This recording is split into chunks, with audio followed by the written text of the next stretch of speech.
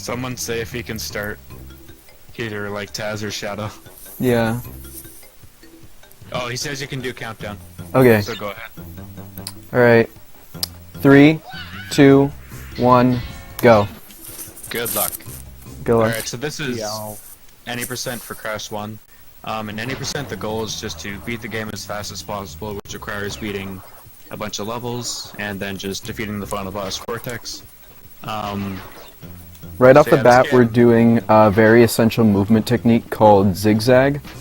And it's basically just when you jump, while in the mid-air, you can move diagonally left and right, and you'll just go way faster than normal walking. Another thing we just did there is what we call death abuse, where in order to skip a cutscene where we drop like multiple boxes on Crash's head at the end of the level that you get if you don't die, but you don't collect all the boxes, you can just you can death abuse, and it's much faster than waiting through that cutscene. Yeah. We'll be able to show off zigzagging a lot better in a level called Boulders. Yeah. You will be you jump a lot as well during a zigzag, so it's best done in midair. Yeah, if you do it on the ground, it's just super slow. Yeah, it definitely doesn't work on the ground. Yeah. And you also want to combine zigzagging with spin jumps. And if done correctly, Crash will have his hands raised in the air. But you can't spin jump too much, or else you get spin timer, which is basically like a cooldown so you don't spin too much. Yeah. And here's the Jungle Rollers Death Abuse. For that one, you backtrack to that hole. It's still faster than watching the box cutscene at the end. I mean, it's probably one of the most lengthy death abuses we have here, but it's... Yeah, next to, like, Slippery Climb that you'll see later. Yeah. Or, the one in Sunset Vista as well. Yeah. In the next level here, we're gonna have the first of what we call God Cycles. We call them God Cycles because they're the fastest possible cycle a human can do. It's gonna come up after the first death abuse. Tap can explain it when that happens. Yeah. First side-scrolling level. This level sometimes just goes in between 3D and 2D. Yeah. But you can still zigzag, you just do it up and down instead of like left and right.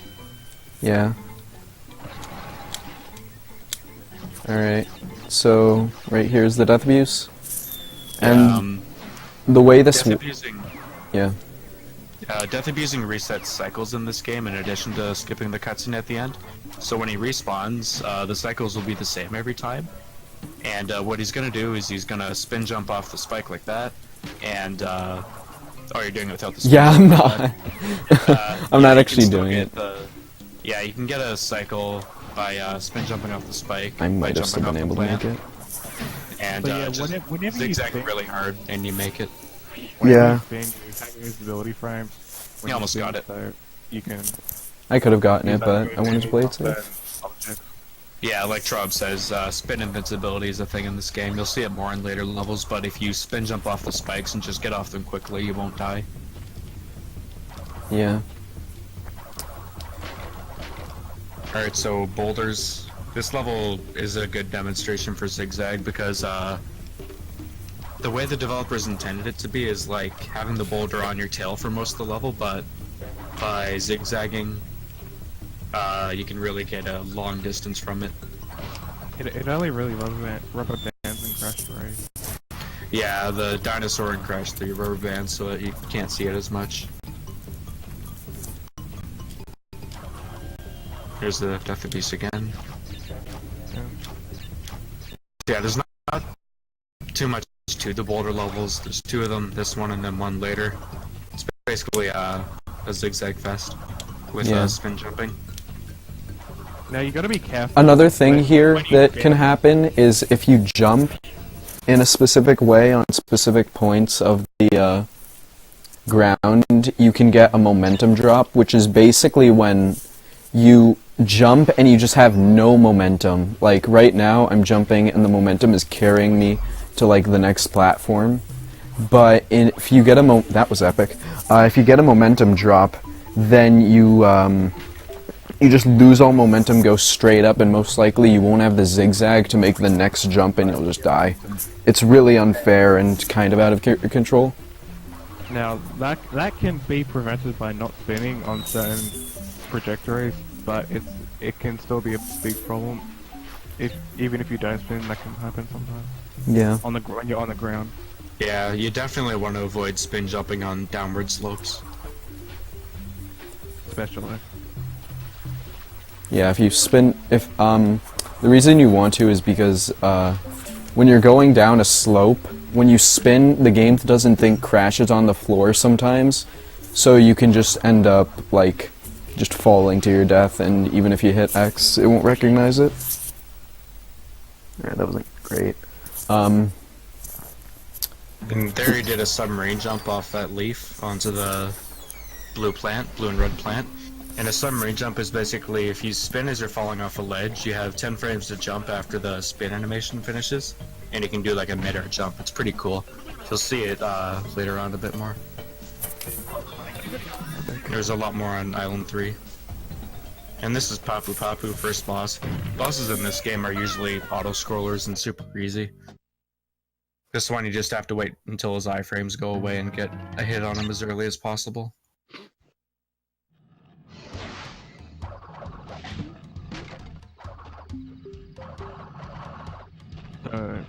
Yeah, we've got Rolling Stones. This is probably the first level in the game that's really cycle heavy, especially with the boulders that go left and right. So Yeah. Christ. Guess I could explain, the cycles in this level, like these rolling things that look like donuts, they're spawn cycles, which mean, they load as you get within a certain proximity of them. So they're the same every time, as long as you play the same.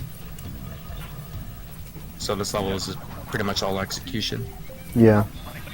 I skipped out on a cycle in the beginning there, that saves about a second or two. It's not really worth going for in a marathon, but I wanted to. like you can be safe and get a master there, but you don't really need to. Yeah. Now, Yeah, it's something not to that note important. is that with lives in this game, you will lose a lot of them due to death abuses, and you can get close to game overing. So you will try to get many easy lives whenever possible to prevent that from happening. Like that one right there. Oh wow, I have way less lives than I actually thought I did. Anyway, it's Hog Wild. It's an auto-scroller where you just ride this hog thing or whatever and then just like jump and shit. Yeah. Yeah. At the end There's of no here way to is speed it the up. first demonstration of RNG in this game, which you'll see later. And Pretty I'll much, explain when it comes you have up. to get all the boxes aside from one. Yeah, the fastest way of getting through this level is getting all the boxes aside from one, because death abusing in this level is super slow, and so is getting the gem. In the Japanese version, you actually want to get the gem because it gives you the gem, the green gem, which you can use to skip like a 3-minute level, so it's super useful. You still get the green gem in NTSC though, because it's just that fast. Yeah. Something that didn't happen, which I'm glad, is spike glitch, which is basically like if you go to the side at a point, for some reason one of the pillars will just kill you. Alright, so right here, okay, that was pretty epic. If you saw how Crash did a double take there, he can do multiple of those, and if he does, you can get fucked up cycles for this level, and it can just be a real pain in the ass, and it's completely out of your control. Yeah, really and that's terrible. because of the second type of cycles in this game. So we have spawn cycles, which I explained earlier, in Rolling Stones, and now we have global cycles, which an example of those are these torches and these spiky pillars. And a global cycle means that these cycles are moving as you play through the entire game, as long as the game isn't paused or in a loading screen. And so you can carry cycles through levels because, as we said earlier, the cycles reset when you die. It can be tricky though, and a bit inconsistent because of stuff like the Hog Wild RNG. Yep.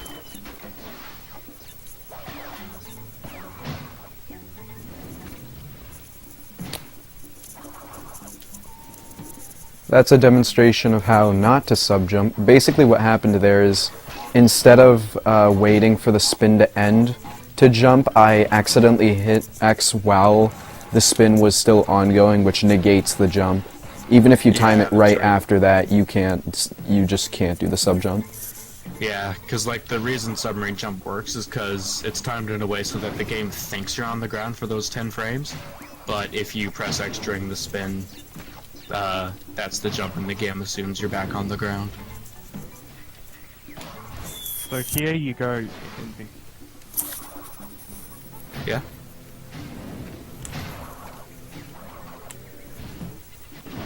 Did he cut out? Maybe. Yeah, as Trob was gonna say, you go into that background there. It's not a glitch, it's just like a secret. And it's faster for that for RTA. And this should get like low 1050, which isn't the worst thing ever. Yeah, considering you died. Yeah, considering I died and missed some stuff, it could be a lot worse. My best there is 1029. So yeah, nice. So this level has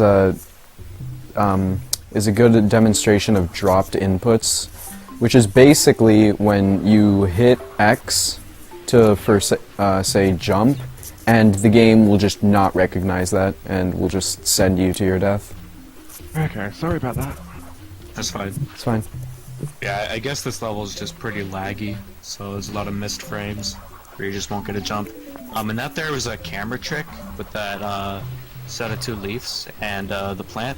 If you move the camera back, then you can trigger that plant spawn cycle early, or late rather, sorry, so that you don't have to wait on it. It's a little optimization. Alright. I mean, it only saves like a second, but it's still worth doing. Death abusing Oh, yeah. there, say, is optimal for Lost City, which is the next real level coming up. But I'm not going to utilize that since it's pretty risky to actually go for the cycles you get from that, so I'm just going to kind of pussyfoot it. Yeah, Lost City's gonna be the one level in any percent where you got to get the gem, which means you can't die past a checkpoint, so for a marathon it's pretty risky. Yeah, So if it's you just reasonable die to in play it there, safe. you have to restart the whole level, and it's not faster to keep going, unlike in, say, NST. Because you need Yeah. the gem for a later level, which allows you to skip the entirety of that level, which we'll be seeing at the end of the level. No, second checkpoint is optimal, Shadow. No, I believe the first checkpoint's made to be optimal. We've Wait, gone really? back and forth so many times, but I believe nowadays the first I checkpoint's don't know. faster. Huh. I, This information. I'm not sure. I do second, but yeah. Alright, so this boss is normally like really annoying for casuals because you're supposed to time it so that when the TNT comes by, it'll detonate on him. But in any percent, since you don't carry over masks, you just damage abuse twice. And it's free. Meanwhile, Ripperoo acts like a spastic and just jumps around angrily. Yeah, the idea is that he's like some mentally insane guy, or it's like, what is he? It's like a He's a kangaroo. blue kangaroo, kangaroo. yeah. Crossed with a Ripper. Apparently. Kangaroo, okay. I actually didn't know that. Learn something new every day. But the joke is that in the later games, he's actually some like super smart college professor or some shit. Yeah.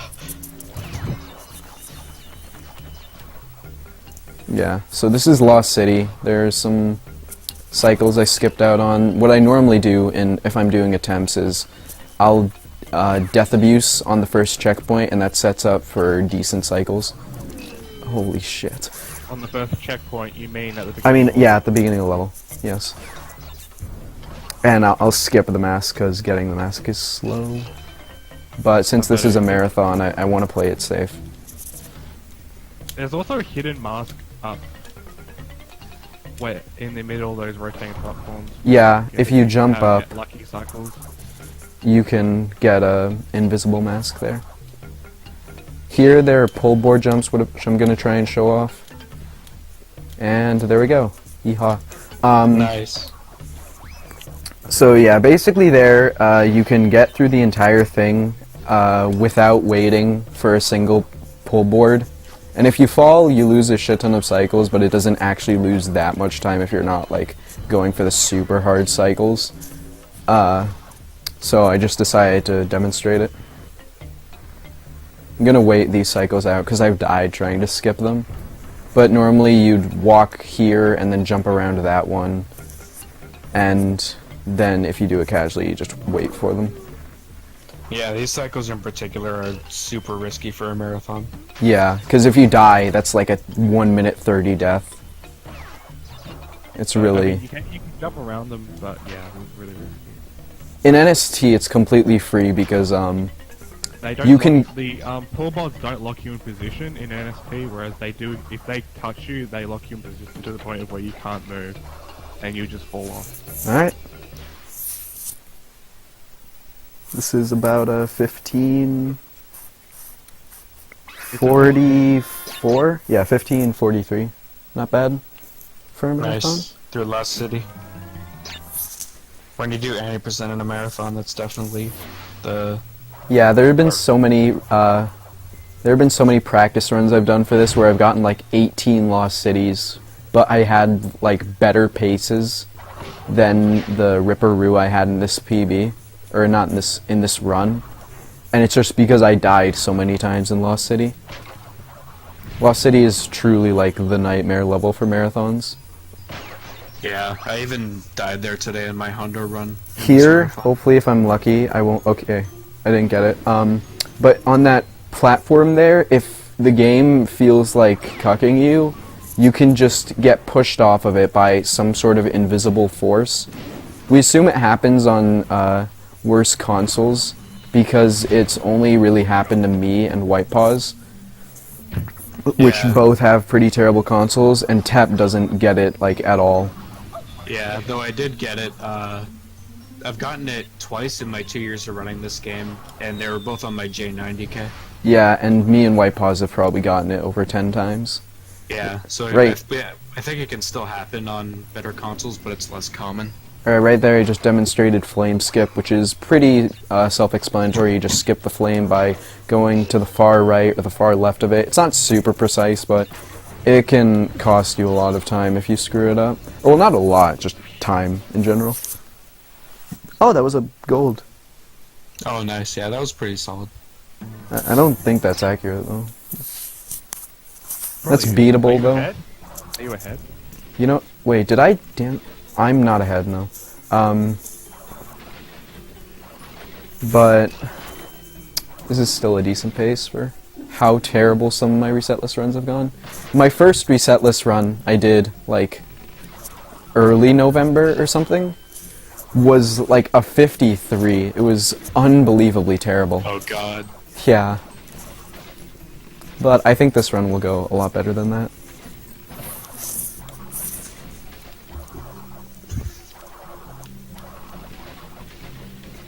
Earlier today, I was on high 43 pace. Actually, earlier today, just like an hour ago. Wait, you were doing runs before? I was doing a practice run, and I was on high 43 pace, low 44, and it wasn't even a good run. Now, this level is notable in J for 100%, in where you will have the red gem by now, so you can skip an entire revisit when doing 100% in this category, the Japanese version. Yeah, so for those who watched my Hondo run this morning, you can sort of compare how 80% Hondo differs and how NTSEU and NTSEJ differ. Yeah, so in this level, it's Boulder Dash. If you zigzag hard enough, because of the global cycles we explained earlier, if you zigzag hard enough, you can get to the next level, Sunset Vista, on a cycle that saves like 10 seconds over the normal one. You can also get that cycle by death abusing, but it's really, really tight. So I'm gonna try and demonstrate that. But the zigzag is pretty intensive for it.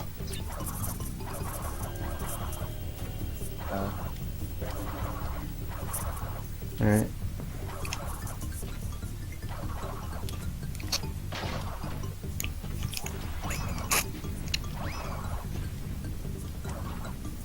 Alright.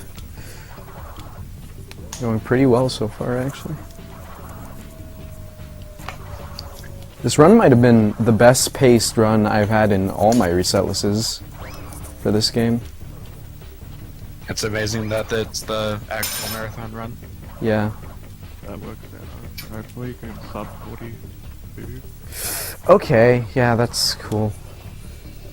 Yeah, okay, maybe I won't make it now. Oh, no way I'll make it. Rip. Oh, at least you didn't die there. That's like 30 seconds. Yeah, If you that die. I've died there in previous runs. I think there were 2 runs where I died. I think there were 2 PB runs back when I had like a 46 where I've died there. It's a really Yeah. great place to die.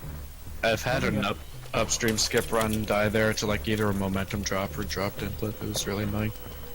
Okay, so right there, what I just demonstrated was the Sunset Vista out of bounds. Basically, because of the way you spawn in this level, you spawn on this exact plane so that if you spin right before the pusher comes, not during, because if you do it during, you'll just get pushed off.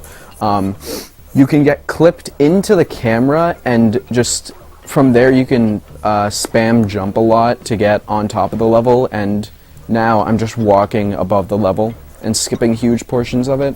You do this again, by the way. Yeah. Also, you can, while you're up there, you can spin to make yourself go slightly faster.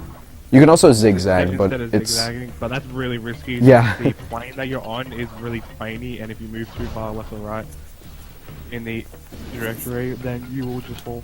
Yeah, it's really risky to zigzag.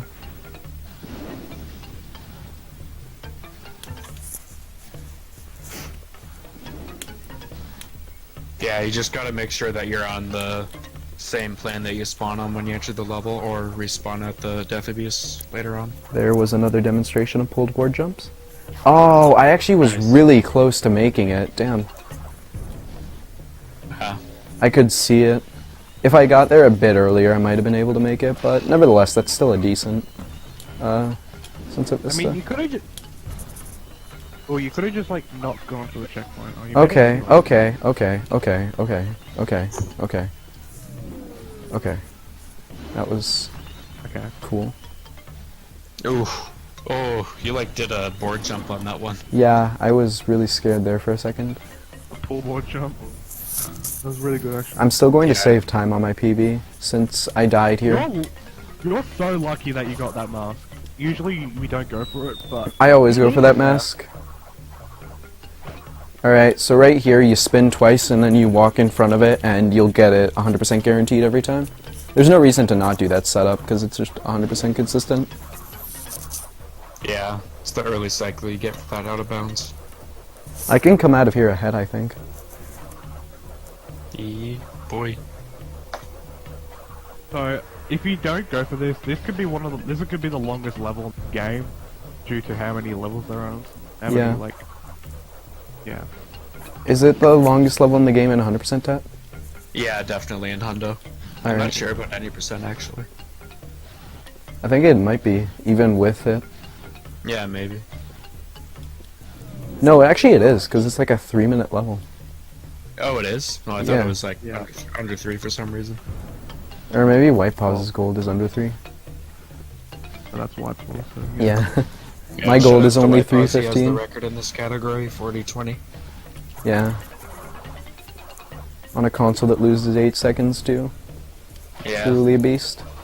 Alright. really laggy console that drops like every input. Alright, this that's another is thing we should talk about. pretty good. Dropped input. Slippery which Climb happens- isn't long. We already talked about drop inputs. Oh, rip. Okay. Alright, so this is Koala Kong, and it's pretty, not, like, controllable. It's not RNG, because if you were to task this, you could fully control this boss and make it free. But, in RTA, all we know to do is to stand near the middle. Because basically the way this... Okay, that was really good.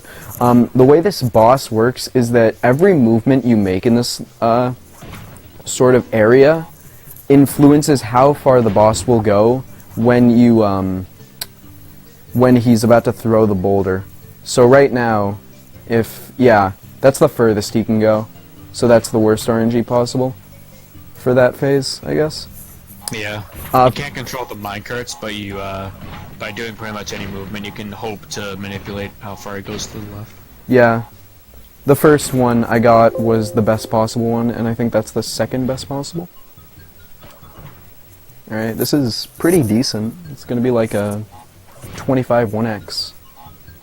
Also, what he demonstrated there was spin jumping off a TNT, where it's so you can jump over the blast of the explosion of a TNT if you spin and jump at the same time. Holy. So.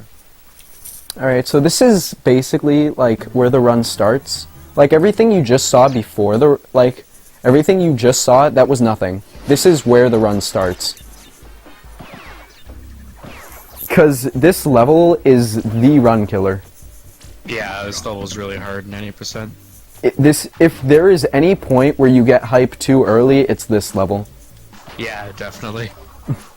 Because you see all the people in like White Paw's chat when he's on PB pace, and they'll be like, "Holy shit, he's this far ahead at Qualcomm," and us like Crash players are just like, "No, the run hasn't even started yet." I have to waste time here because I'm not able to damage use. Also, you saw him earlier on. He was 3D wrenching, so going in front of the camera to like dodge everything instead of waiting for it. Like for the TNT stack, for example. Okay, that's a good demonstration of sub jump right there. If you can make that jump without sub jumping, but it's much harder. Oh, we got a donation? From her. Oh, from Ghost. Oh, thanks, Ghost. Wait, didn't you? I thought he already donated. Donating more. I wanted to donate for this marathon, but at the moment I don't have any money. LOL. Yeah, I think I donated like 15 or 20. I might donate a bit more tomorrow. Yeah, if I could, I would. Alright, so right here I'm going to show off another cool sub jump. It's not super hard, but it's not like the easiest trick ever. Basically, you just sub jump off the frozen pipe and you damage abuse off the hot pipes. Right there at the end, I showed off how you can, if you hold X while spinning.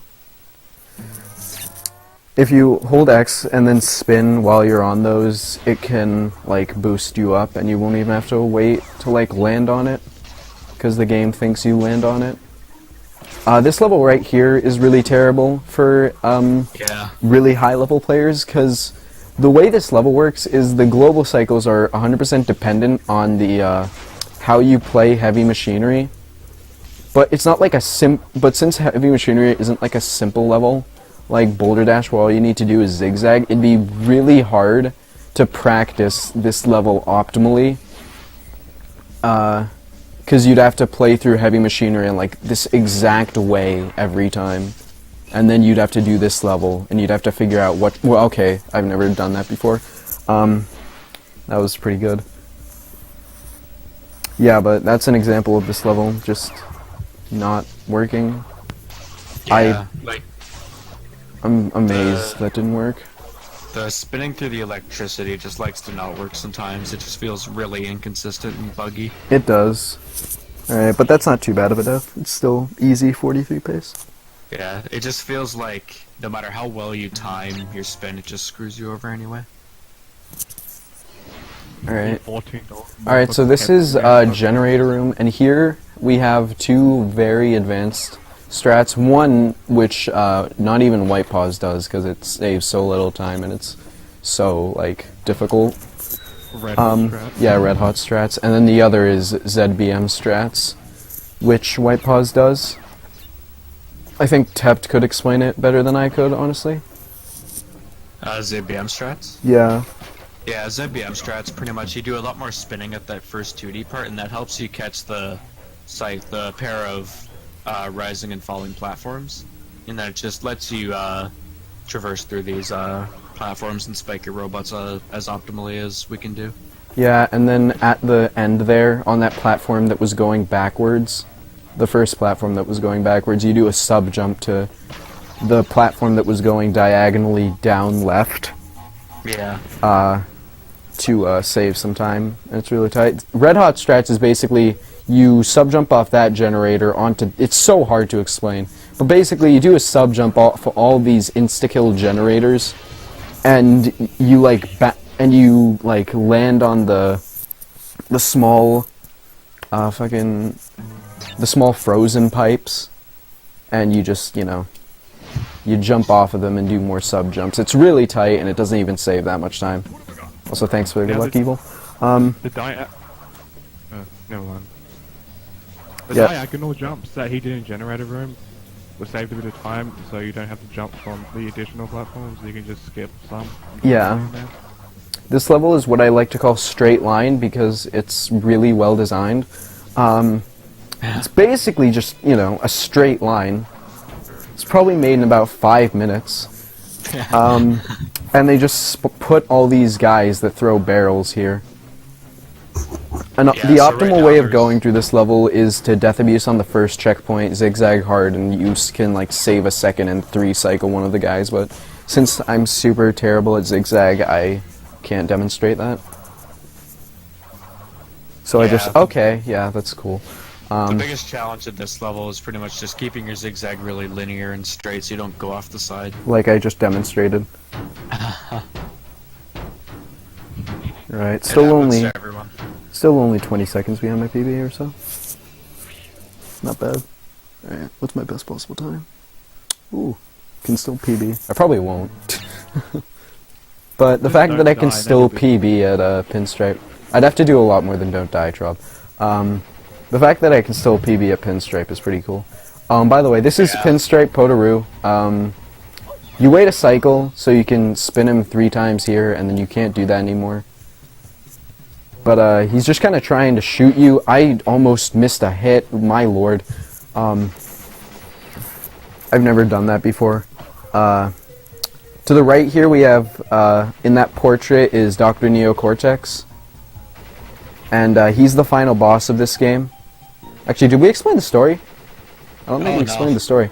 Okay, so basically the gist of the story is the doctor over there, Dr. Neocortex, teams up with his friend Dr. Nitrous Brio to try and like dominate the world with like power plants and shit, but he needs like some commandos first, so he gets all these like critters from this, what we assume is like Australian Amazon area. Oh yeah, Australia. Because a bandicoot is like an Australian mammal.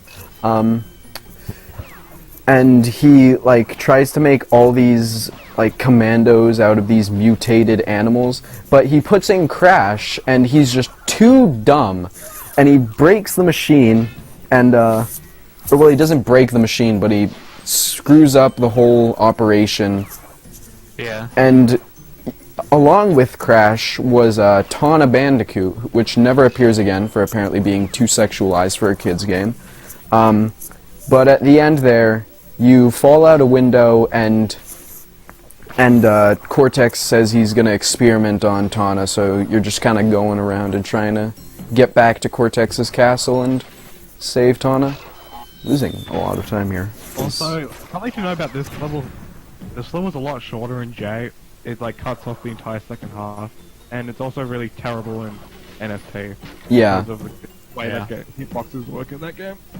Yeah, and also, they didn't really, like, super polish J, because in J, the camera still keeps going on after the platform, which is pretty epic. Just shows that they forgot to get rid of the camera, and they just deleted the rest of it. Yeah, same thing actually applies to Sunset Vista, because that level was longer in the prototype. Yeah. That applies for every version of the game as well. Okay, that was tight. Right here is Sunset Vista. Slippery Climb God Cycle, which I'm not going to be showing off because it's a bit risky for marathons. But basically you do a jump in between those giant spinny things, and and then you like just kind of zigzag hard and you'll make this cycle here, which I can't make. Actually, no, you make a cycle before that one, I think. And then, if you pussyfoot it, you just make that cycle. I've lost so many runs so many decent pace resetless runs. Actually, the run I had earlier today that was a decent pace resetless run died here because I like went too fast right there and I just fell and died. And it cost me like a minute, so I didn't even finish the run. Okay, that was odd. That's why you don't look at chat and run, kids. Let's see, Yeah, you'll see NST soon enough with Cameron doing all gems for the last run for today. But yeah, this is the first demonstration of scientists, which are just generic scientist enemies, and they throw vials at you. But yeah, right here I missed the cycle. Yeah. At the end here I've died before to the scientist, which is pretty epic, and I've also died to the final bird. Multiple times actually. That used to be like my meme.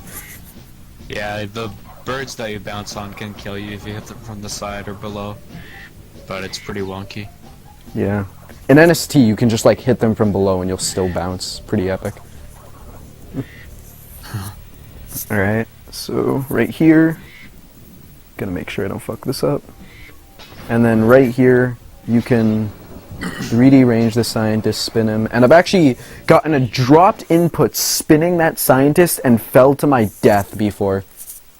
That was in the practice run that Trob helped me commentate that we did yesterday. I fucking got a dropped input there. So right here is another level where the zigzag in this level is dependent on what cycles you get in the next level. Or what the cycles you get in the next level are dependent on how well you zigzag in this level. And if you zigzag well enough, you can get what we call Jaws of Darkness God Cycle. And it's probably the hardest God Cycle in the game, I think. No, I don't think so at this point. Alright. But it is up there. Yeah, it's a really hard God Cycle. Now, the interesting side about our character is that in this level, he's actually a light source. So when you get him, he will light up the room for a limited amount of time until the power runs out and you need to get a mask again. To the point where if you take too long, you won't be able to see what you're doing. So yeah, that's why zigzagging helps here a lot. Yeah, if you get hit as well, you won't be able to see, which is pretty annoying. Right. Yeah, they changed that in Crash 2 and 3. Instead of Aku Aku being your light source, it's this firefly that you pick up. Yeah. Okay. Okay. That was pretty good, gotta say. I've never done that before. A lot have never done that before in this run, like it. Oh wow. That's pretty epic. Well, still should be a 43, which is really amazing actually. Oh yeah, that's my second well, I shouldn't say 43 already because I have choked the lab before. Now if he didn't die there, he could have used the mask to damage reduce off the flames instead of having to wait on that. If he didn't die earlier on. Yeah, carry that mask from lights out. Although I do grab this mask anyways to do a damage abuse here off this flame. Yeah, you could do a flame skip like you did in Temple Ruins, but this one is a lot riskier. It costs a lot more time, and it's also backwards, which is weird. Here's a sub jump that you can do to get to that platform early. I'm very surprised I made that jump. But yeah, I think I should still actually save time to my PB. Maybe.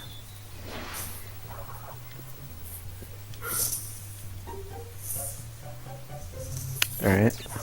So right here is pretty basic. You just kind of make sure you get the right cycle here at the end. I remember practicing this for like 99 lives because I once killed a 44 run here when my PB was a 45. I remember that. That was so terrible.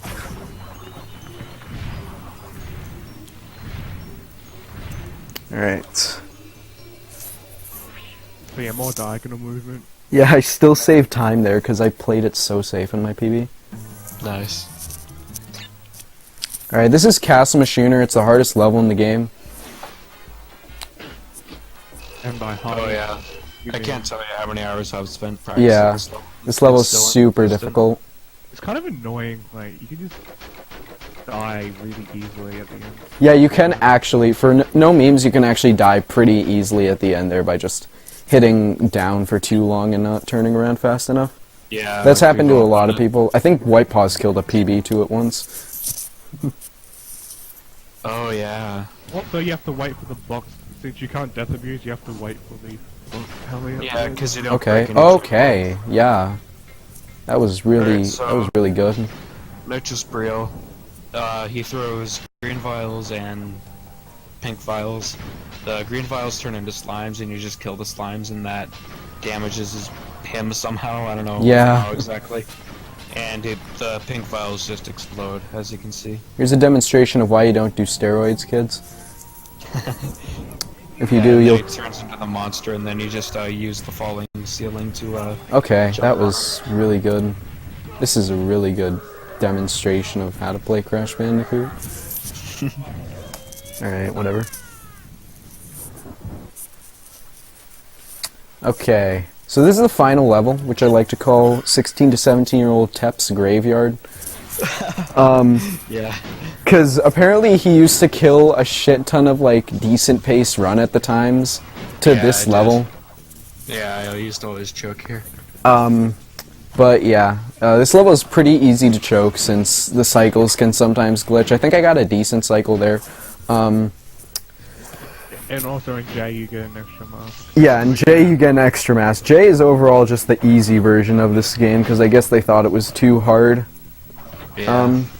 for J players. Kinda how they thought that Super Mario Bros. 2 was too hard for international players. Yeah. And since 100%, J is faster for 100%. It's Oh my god, I've done that. Okay, well that's not what you're supposed to do. What you're supposed to do is this. Just you can hit. Screw up that strat. Oh my god, I've never choked a run this hard. Fucking cray. Oh my lord! Oh, it's patched. It's patched. Oh my god. This utter destruction. Oh wow, how did he? It didn't look like he timed that early. Oh Yeah, my like- god. Okay. What the Oh, that- fuck? Oh my god! Why? Oh no, dude! Choke. Choke!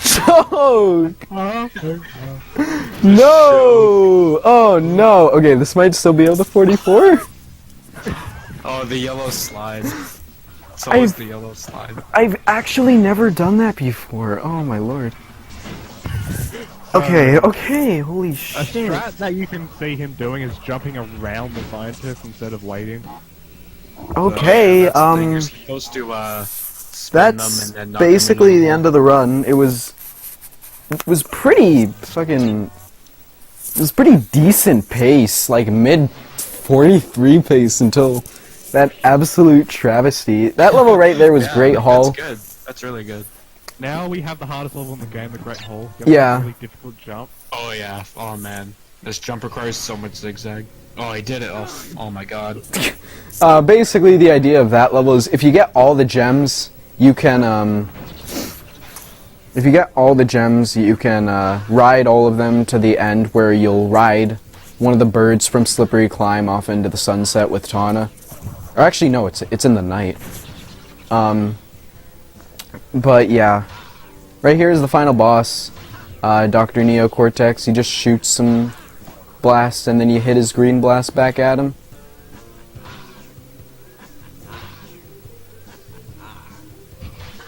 That fucking Lost City, Lab, dude. Lab was such a disaster. Oh man. I'm still happy with this run though. Low Oh, of 44? course. That's my best resetless run ever. Yeah, that's good. I knew you'd do good. Yeah. 44-13. GG. G. GG. Fucking G. That's actually really Good shit. Yeah, that's a good run, alright. Alright, so next up is NST. yeah, next up is I think NST with Rico. Is it Cameron or is no? No. I think Rico is doing NST, and then Camera is doing Crash 1 to end it off. Alright. But yeah, that went way better than I thought it would, man. Yeah, nice. Practice paid off. Yeah, the practice paid off, I guess. That beats my best reset list by a few, like, 30-something seconds? Oh, Cameron is first. Okay. Then after Rico. Okay. Yeah, I said that. I said that. Oh, okay. Um, Alright, well, thanks for Shadow for encouraging me to come into this. Really appreciate it. This is my first marathon ever, so I'm really happy that it went this well. So overall, yeah. Should I keep the game going, or should I just wait for it to go to intermission? it doesn't matter. Oh, actually, I don't know. It doesn't matter, I don't think. Yeah, it'll probably go to intermission anyway. Tell me it goes to intermission? Let's see. That lab. Oh man. What a shame. Yeah.